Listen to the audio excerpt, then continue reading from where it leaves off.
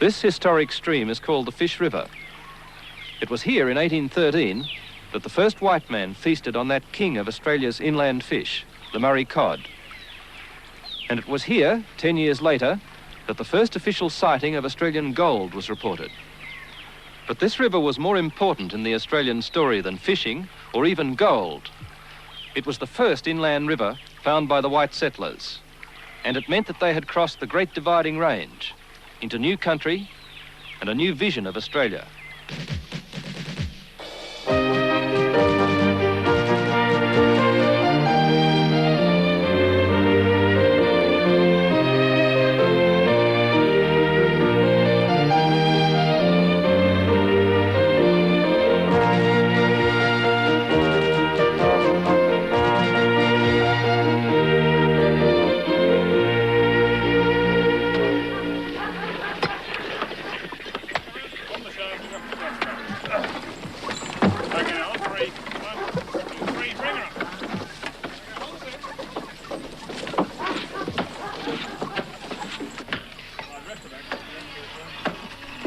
For a quarter of a century after the foundation of Sydney, the white settlers had been pinned to the coasts. And few people thought that Australia had any better prospect than becoming a self-supporting convict settlement.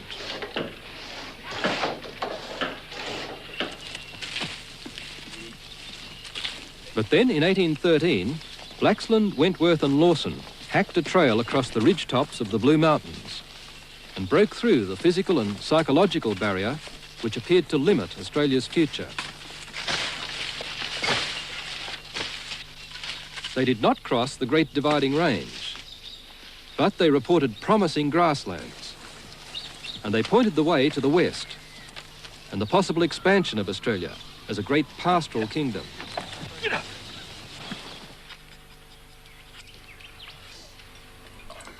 Governor Lachlan Macquarie, one of the men who did hold grand visions of Australia's future, was quick to follow up on this news and summoned his Deputy Surveyor General, George Evans. I have long deemed it an object of great importance to ascertain what resources this colony might possess in the interior, beyond its present known and circumscribed limits, with a view to meeting the necessary demands of its rapidly increasing population. I therefore instruct you to proceed in the attempt of effecting a passage over the great range of mountains called the Blue Mountains, and to discover what description of country lies to the westward of them. I am honoured to be entrusted with this task and conceive it my duty in endeavouring to accomplish the object. I have every confidence that you will. Now here's your commission, Mr. Evans, and may I wish you good luck. Thank you, Your Excellency.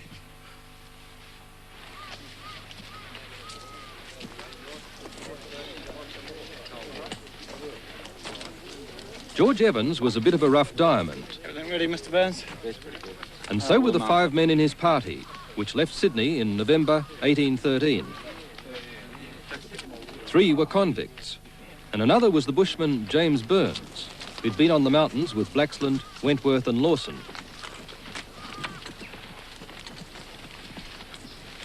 They were good travellers, and within a week they had reached this mountain, which was the end point of the Blaxland, Wentworth and Lawson expedition. Evans named this Mount Blaxland, and he named 2 nearby mountains for Wentworth and Lawson. Between them, he said, was a rivulet, but he wrote it down as a river-let, and that's what it became known as, the River-let. It was one of the ironies of Australian exploration that this good-hearted, practical and observant man would suffer later because of his poor command of grammar. The major challenge to cross the Great Dividing Range was still ahead. It took the Evans party 4 days of desperate scrambling over steep, rocky terrain to travel 20 kilometres of this unexplored country beyond Mount Blaxland, and to reach a ridge of the divide 1,300 metres high, the Clarence Hilly Range. I have at length reached the ridge I so much wished to do. I was much pleased with the sight westward. I think I can see 40 miles, which has the look of an open country. George Evans had every reason to be pleased. He had just become the first white man to cross the Great Divide and to see the western slopes. On the same day, he went down into the valley and saw the first western flowing river, the Fish River. The next day, he climbed a high mountain nearby, Mount Taranah. From there, he could see at least 50 miles to the westward. It was his first glimpse of the Bathurst Plains.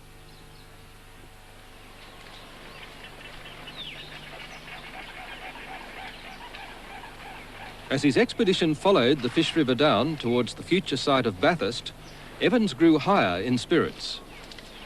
I'm more pleased with the country each day. It is a great extent of grazing land, well watered by running streams in almost every valley. It is the handsomest I've yet seen.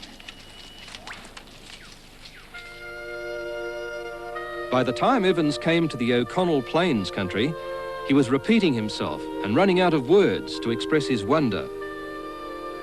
This place is worth speaking of as good and beautiful. The soil is exceeding rich and produces the finest grass. The hills have the look of a park and grounds laid out. I am at a loss for language to describe the country.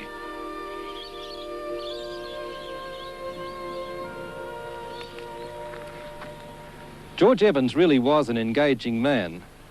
His delight in this country, which he recorded in his journal for Governor Macquarie, was only equalled by his modesty about his powers of expression. When he came to the major river, the Macquarie, and camped on the future site of Bathurst, he was reduced to writing things like, "It requires a clever person to describe this country properly." But Evans was too modest.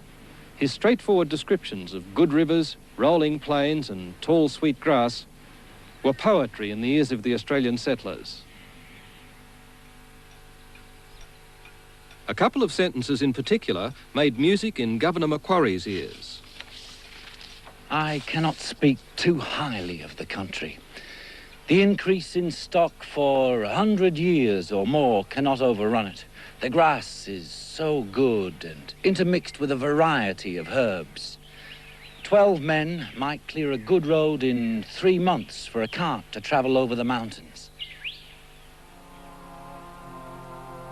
Within 1 year of Evans' report, there was a road over the Blue Mountains.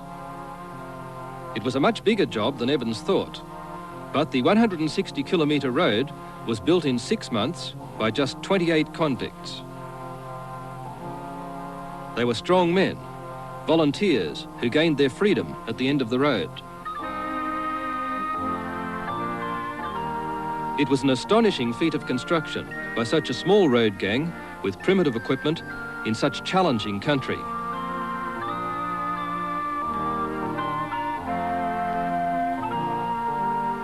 It was a pretty hair-raising road, as Governor Macquarie found when he hurried over it to the newly discovered Bathurst Plains.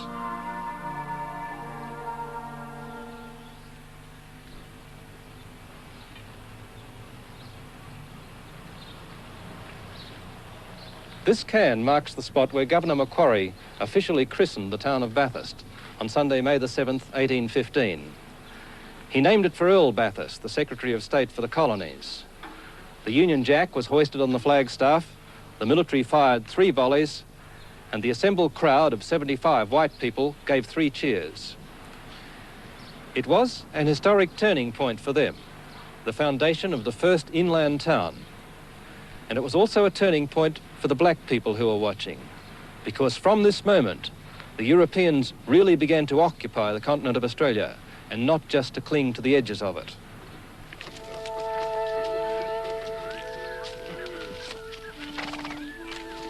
One week after that ceremony, George Evans was on the road again.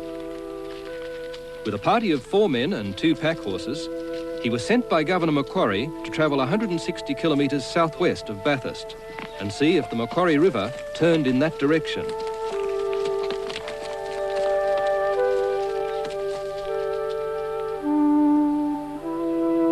Again, Evans was able to report excellent country. He crossed the Ballubula Valley and from a high hill sighted another considerable river flowing westward. It was the river he named the Lachlan, and he was favourably impressed.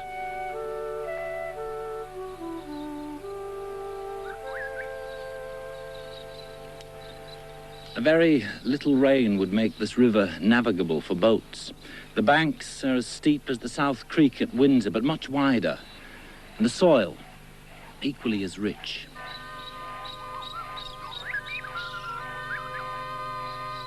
Evans struck the Lachlan about 13 kilometres downstream from where Cowra is now, and he followed it down through rich river flats to the junction of the Lachlan with Mandadgery Creek, upstream from the future site of Forbes.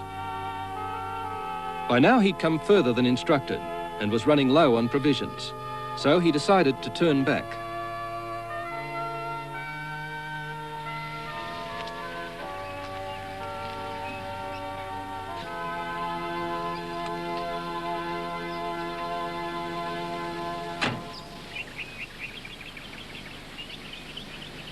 At the junction, George Evans cut his name and the date into a red gum to mark the farthest point of his trip. Once again, he'd done excellent work, traversed some of the most fertile land in the state, and discovered another important river. Of course, the discovery of the Lachlan only added to the mystery of the Macquarie. Where did these western rivers flow? Evans was keen to lead another expedition out, and Macquarie was keen to send him. But the idea was knocked on the head by Lord Bathurst in London. Bathurst had read Evans' journals, and he didn't think they represented the work of a scholar and a gentleman. The Explorers Monument in King's Parade, Bathurst, recognises the achievement of George Evans as the first white man to see the vision splendid of the sunlit plains extended. He was not allowed to lead any more expeditions because of his poor command of grammar, although to us today, his discovery of some of the finest grazing land in Australia seems a lot more important than his lack of literary style.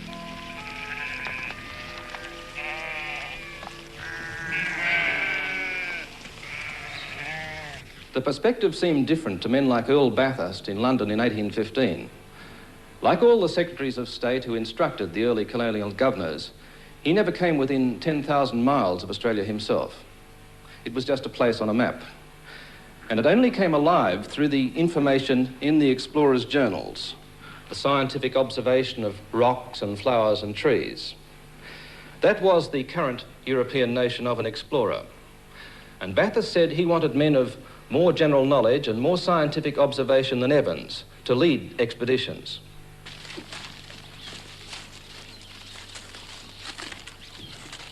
The Surveyor-General of New South Wales, John Joseph William Molesworth Oxley, was such a man. A scholar and a gentleman with aristocratic connections, a seeker of fame. He once wrote, "It is my dearest wish that I should never perish undistinguished in the crowd." It was to Oxley that Macquarie turned in 1817 to solve the mystery of the western rivers.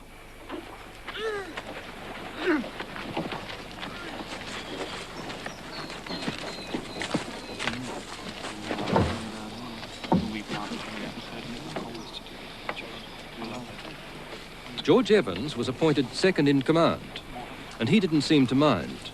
He was happy just to be there.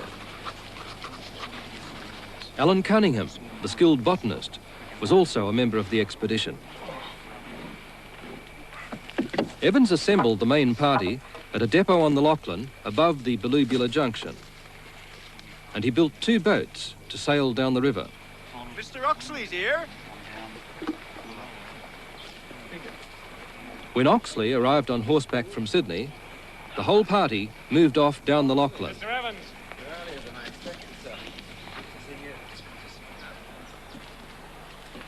It was the first large-scale exploring expedition in Australia, with 13 men.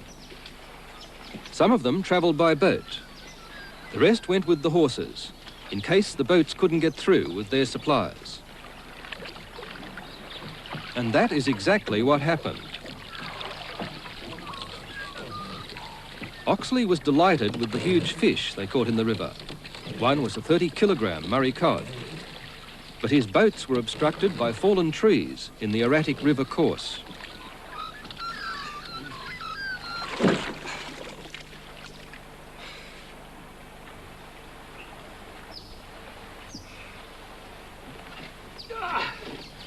All right, let's get it over. These impediments in the navigation of the river obstruct our progress very materially. And its windings continue so great and so frequent that the distance traveled by land is almost trebled by water.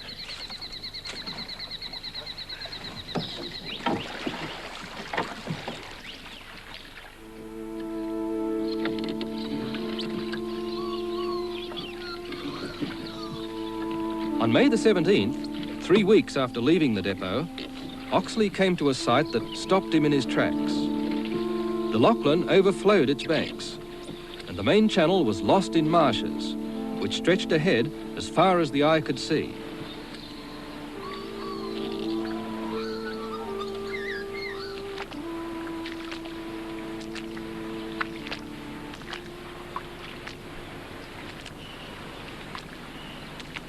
Oxley had already been surprised by the steadily rising river. There'd been heavy rain in the catchment area further east. Now he couldn't get through either by horse or by boat. He decided to abandon what he called the immense marshes of this barren and desolate country, to leave the boats and to cut to the southwest to see if he could pick up any river there which would take him to the southern coast of Australia.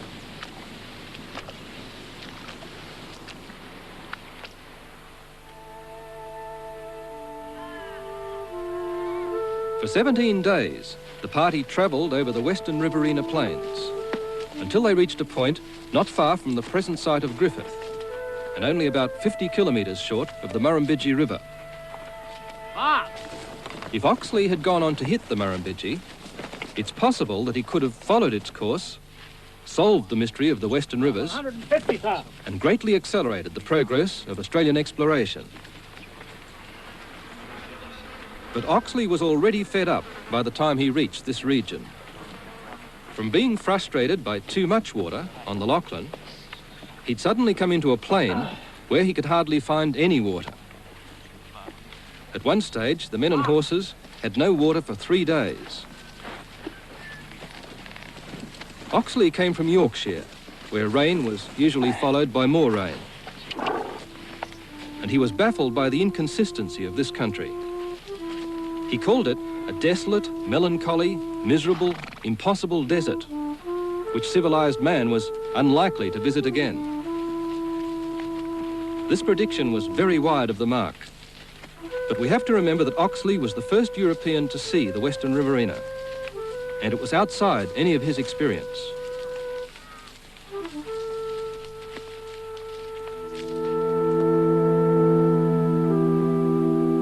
The expedition headed back north across the plains and struck the Lachlan below where they'd left it. To their surprise, it was now running within its banks again, so they resumed their journey down the Lachlan.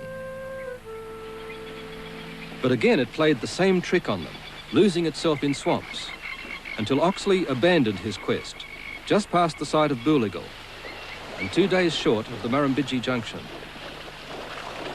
It was with infinite regret and pain that I was forced to come to the conclusion that the interior of this vast country is a marsh and uninhabitable. We set out on our return eastward, everyone feeling no little happiness at quitting a region that had presented nothing to his exertions but disappointment and desolation.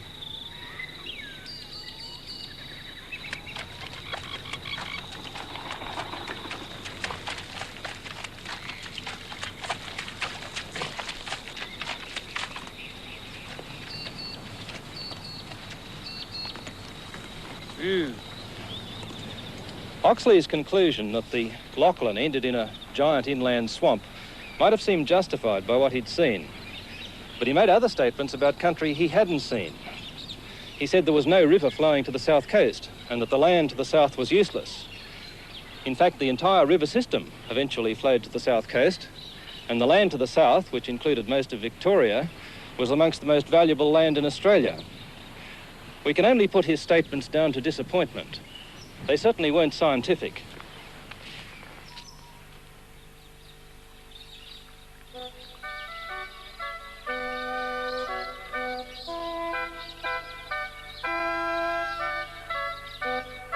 But the trip was not all disappointment. Instead of retracing his journey up the Lachlan, Oxley struck further north and eventually reached a fine stretch of the Macquarie at a place he called Wellington Valley.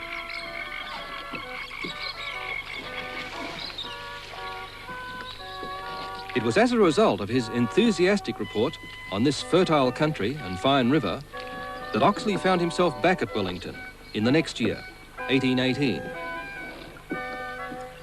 This time, he was going to attempt to solve the mystery of the rivers by following the Macquarie.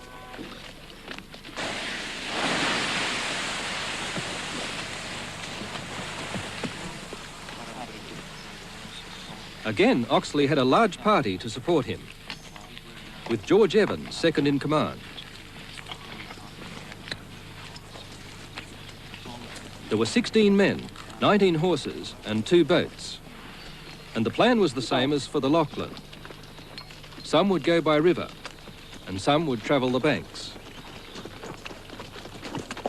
At first, this plan worked well. Very pleasing country, Mr. Evans. Aye, it is that. And Oxley recorded, The river expanded into beautiful reaches, having great depth of water and from 200 to 300 feet broad, literally covered with waterfowl of different kinds. The richest flats bordered the river.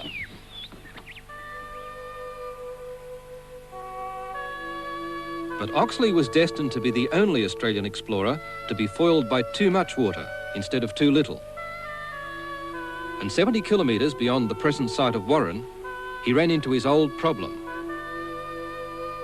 Here the river goes from a single channel into a vast wetland covering hundreds of square kilometres. The Macquarie Marshes.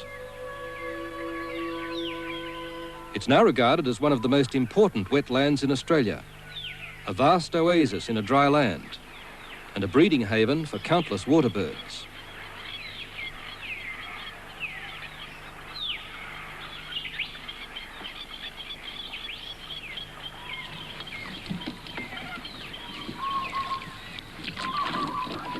But to Oxley, it was just another impossible barrier to his search. At the start of the marshes, he left his land party and went on in a boat manned by volunteers. But they didn't get far. I was sanguine in my expectations of soon entering the long sought-for Australian sea. It all at once eluded our pursuit. There was no channel whatever amongst these reeds. This astonishing change, for I cannot call it a termination of the river, of course left no alternative but for us to endeavour to retreat to a spot where we could effect a landing before dark.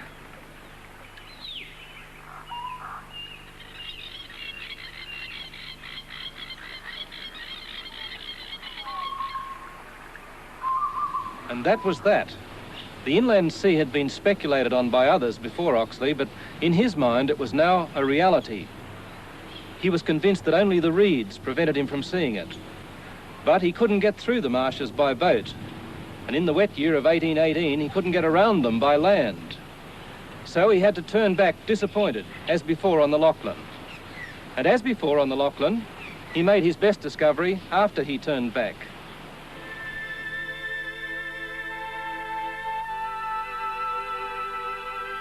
That sound and reliable man, George Evans, had already gone off by himself and discovered a new river to the east, the Castlereagh. Now the whole party moved to the Castlereagh and passed what Oxley called a most stupendous range of mountains. A fantastic landscape of domes and spires created by volcanic energy 13 million years ago and known to the Aboriginal tribes and to us now as the Warrumbungles.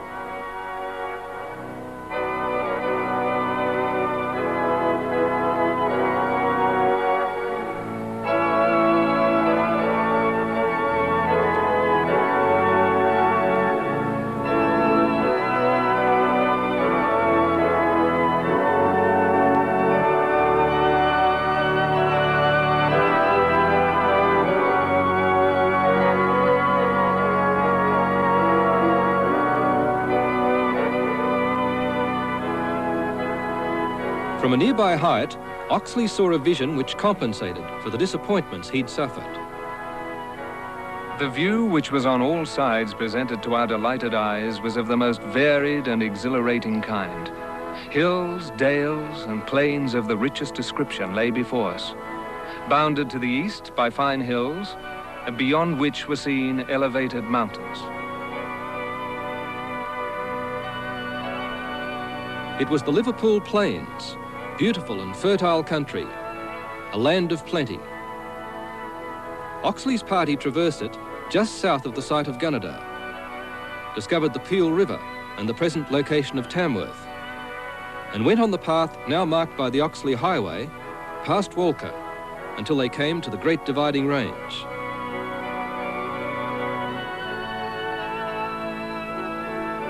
After tremendous exertions, Oxley finally reached Mount Seaview, from where he could see his way down the Hastings River to Port Macquarie.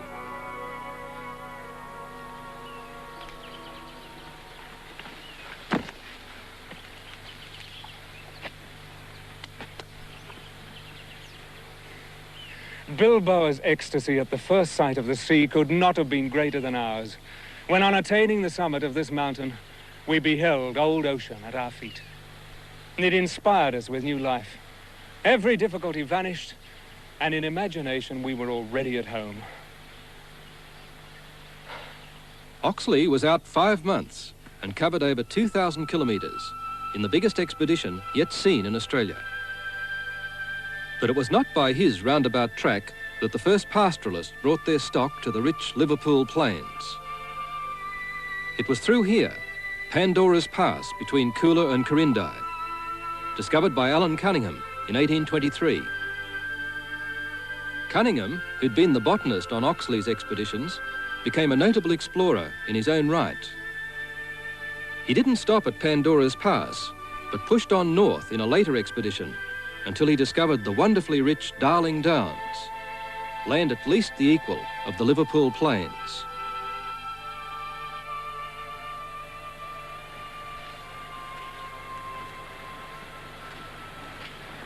Within a few years of the first crossing of the Great Divide by Europeans, Evans, Oxley and Cunningham had dramatically changed the picture of Australia.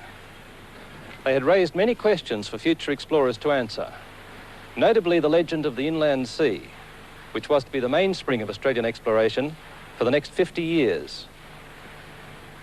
But they themselves had discovered huge areas of good grazing land, and the news travelled fast to as far away as Britain. It was obvious that Australia would not remain a mere convict colony. A new era had dawned, and it was becoming a huge pastoral empire.